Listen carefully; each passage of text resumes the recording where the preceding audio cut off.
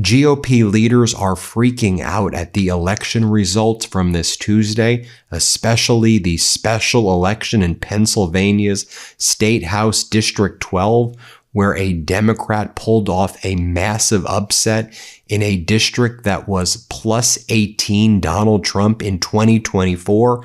On Tuesday, that district swung 19 points in favor of the Democrat, who went on to win. And these Republicans and these MAGA leaders are saying, if that trend holds, which we've seen in special election after special election over the past 18 months, this is going to be a wipeout in the midterms. So you have MAGA Mike Johnson, the MAGA Republican Speaker of the House, and other MAGA leadership.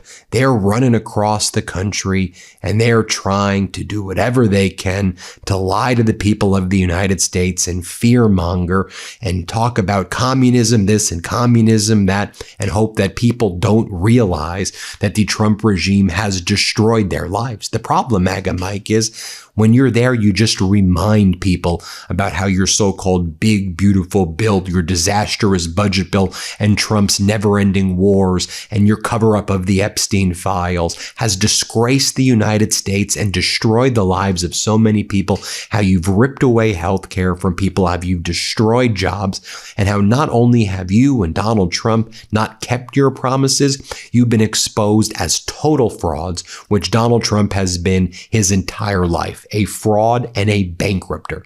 So MAGA Mike Johnson rushed to Lansing, Michigan, where he was there with the MAGA Republican Congress member Tom Barrett. And MAGA Mike, just lie after lie. How do you know that MAGA Mike Johnson is lying? Well, he opens up his mouth. Watch how pathetic this is, as MAGA Mike's like, well, everything was going great.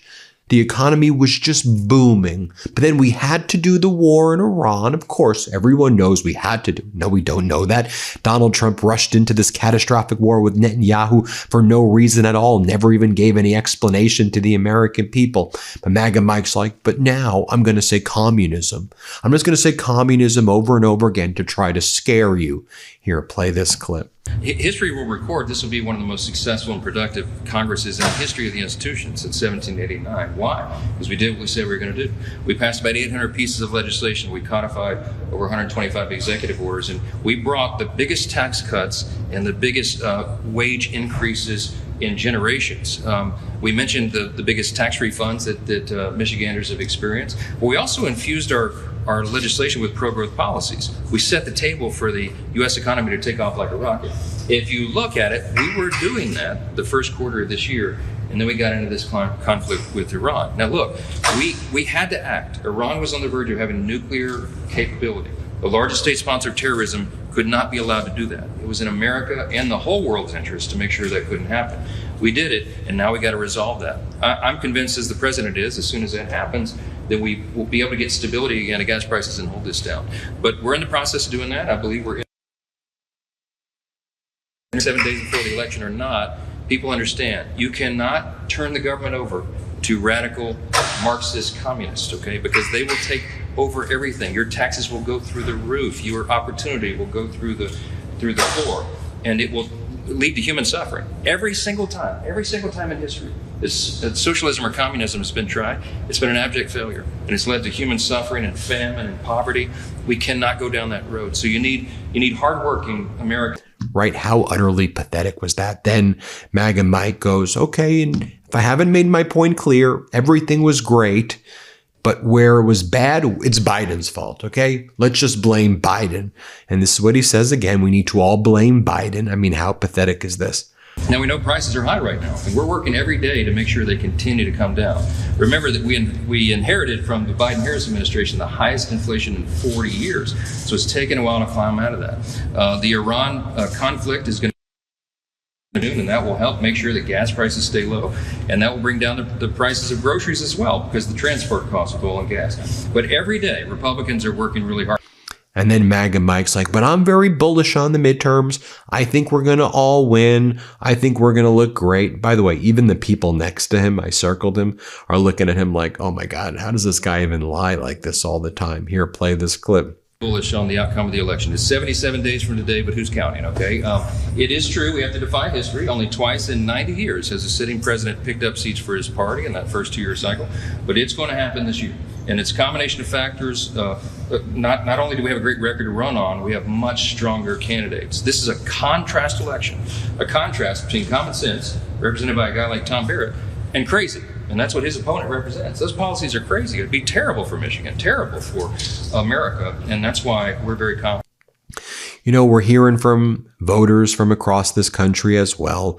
Take a look at this voter from Ohio. Play this clip. Still a registered Republican? I am. Do you vote in Republican primaries?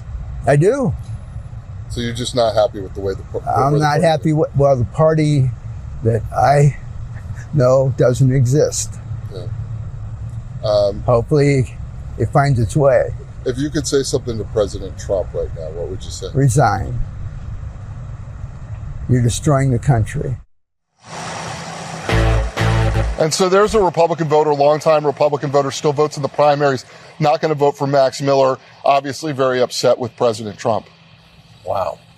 Or how about this 3-time Trump voter expressing her disappointment over the Iran war on MS Now? Play this clip. To President Trump about this war, what would you tell him? I would tell him enough. Bring our guys and girls home. And I don't want to see it. I don't like seeing war. That's all.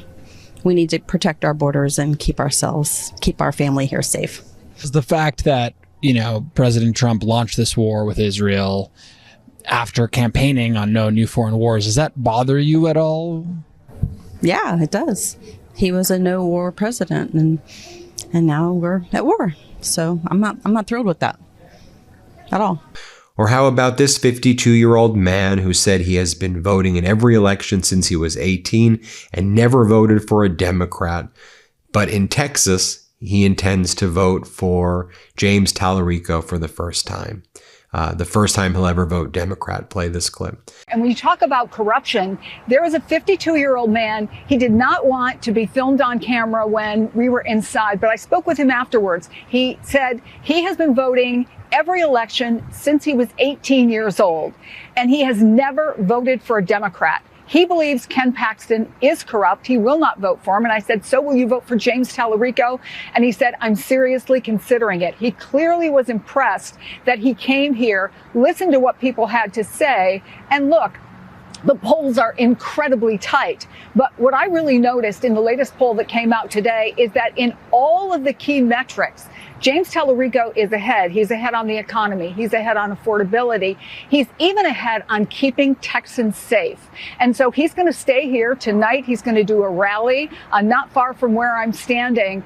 And he believes that if he goes and learns from things like this and takes the message that people are giving him to other parts of the state, that it's part of the way to win. Not that he's not raising money. He's raising lots of money. But he thinks that this ground game, this one-on-one kind of aspect of his campaign could be the difference.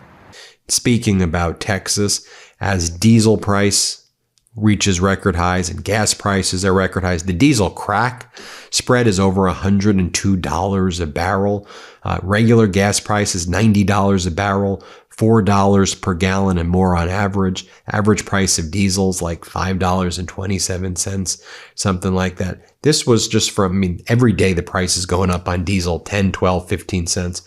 So take a look at some of these Texans, what they're experiencing. And this is what you're probably experiencing at home too. And you know, we need to spend a lot more attention talking about diesel.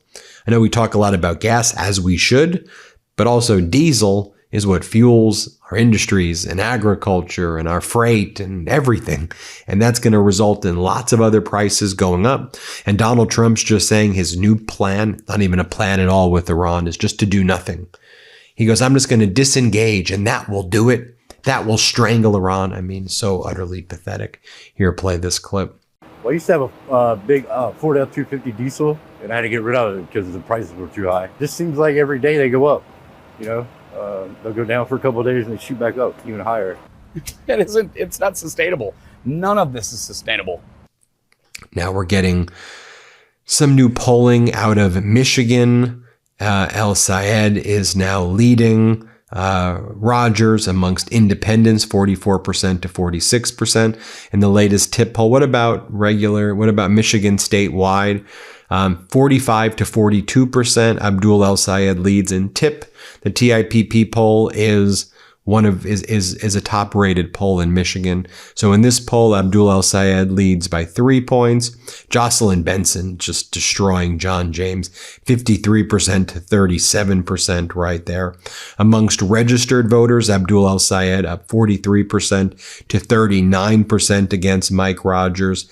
And Jocelyn Benson, 48% to 34%. This is a Republican-sponsored poll, I might add as well. I think Abdul El Sayed's a good debater also. When you put him on stage next to Mike Rogers, and Rogers is going to be like, I love the big, beautiful bill. I love everything that data centers everywhere. I think you'll see the distinction. By the way, you saw Donald Trump's hand-picked senator in South Carolina, Darlene Graham. Did you see what went down there? I'll show it to you one more time just so you can see Darlene Graham during the debate. Here, play this clip. Senator, if you want to respond, or we can move on. It's your choice. That's okay. We'll move on. Okay, we'll move on. All right. Okay. Go ahead. On the national security question as well, Senator, are Taiwan and the South China Sea national security issues for the United States? If so, why? I'm sorry. Could you repeat the question? Are Taiwan and the South China Sea national security issues for the United States, and if so, why or how? I'm just going to be honest here. I'm not on national security. I'm not that informed on national security. But I do support the military. My brother was in the Air Force for 33 years. So I will do everything I can to support the military. My dad was in the Army. I'm not a polished politician up here. National security is not my thing, not my area of expertise, but I do support the military. Congressman, I'll give you a chance to respond, and I'm sure he recognizes that. Taiwan's a definite ally, and we have a trading relationship with them that is beneficial to the United States, chips being one of them, and others. So what the president is doing right is he's enabling Taiwan to defend themselves against China.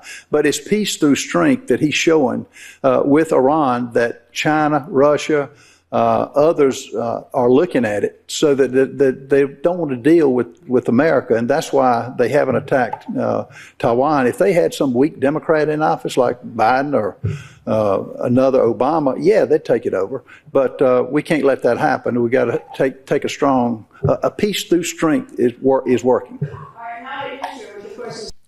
Yeah, that was rough to see. Then she believed that there was 55 or 50 million people in South Carolina. There's like 5.5. Here, play this clip. Well, I know how that feels. There's 50 million people in South Carolina. Half of them live paycheck to paycheck. I know, right? Absolutely brutal. And then she and the opponent were fighting over who supported the big, disastrous budget bill more. Like that's what Lindsey Graham supported and you hesitated, you wavered in your support. People, the big, beautiful bill ain't big and beautiful. It was disastrous. Objectively, it has caused so much pain to the American people. Like the data is in, and it ain't good about the disastrous budget bill. But they want to brag about it. Here, you can listen to it for yourself. Here, play this clip. It's kind of ironic when you talk about the big, beautiful bill, because it's my understanding that you were the holdout on the big, beautiful bill, and Trump had to call you in and convince you to sign it. And then just watching these other MAGA Republican Congress members run around, like Brian Mast, MAGA Republican Congress member from Florida, who's like, we're supposed to deplete our stockpiles of strategic petroleum reserves. That's why we have them in the first place. We're not supposed to deplete them this low. I mean, could you imagine if this was anyone else other than Trump? I mean, these people are so damn pathetic. Here, play this clip. This has gone on, and it does deplete U.S. stockpiles, but those stockpiles, they exist for us to use for defense, for deterrence, and for eliminating enemies that have been attacking us. And he laid that out as well.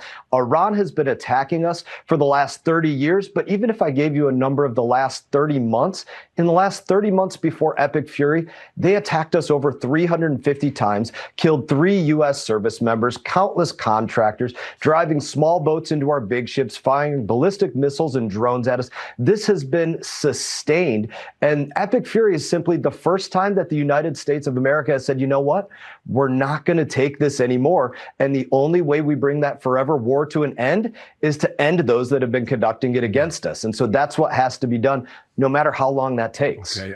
Or MAGA Republican Congress member Pat Fallon, who claims that these family members of our courageous sailors and Marines are just lying about the conditions that their family members are experiencing on the aircraft carriers. Here, play this clip. Congressman, your thoughts on your colleague's call for congressional oversight and some of these reports that we've gotten from the Lincoln that potentially several crew members tried to jump? Well, Cheryl, good morning, and thanks for having me on. We have oversight currently. I'm sitting on the Armed Services Committee with my friend Don Bacon, and these reports are just that. I haven't heard anything personally from our office, and I trust the Navy to do this as well. So I don't make much of it, to be honest. Okay, so you're not concerned about these reports. I guess, 2 to 60 days is a long time, for deployment. Yeah. Oh, no, there's no doubt about it. I mean, look at our armed services. Our folks, our soldiers, our sailors, our airmen do a fantastic job. Of course, when I served, you always prefer to be stateside if possible, but that's part of the job is to deploy. And they did that. I think they did an outstanding job. I'm glad they're coming back. Yeah. Well, there you have it, everybody. Let me know what you think. Hit subscribe. Let's get to 7 million. Thanks for watching, y'all. Hey, if you want the full story, how democracy got here and how we take it back, pre-order our new book, WTF America, today. Just scan the QR code or click the link in the description. Let's do this.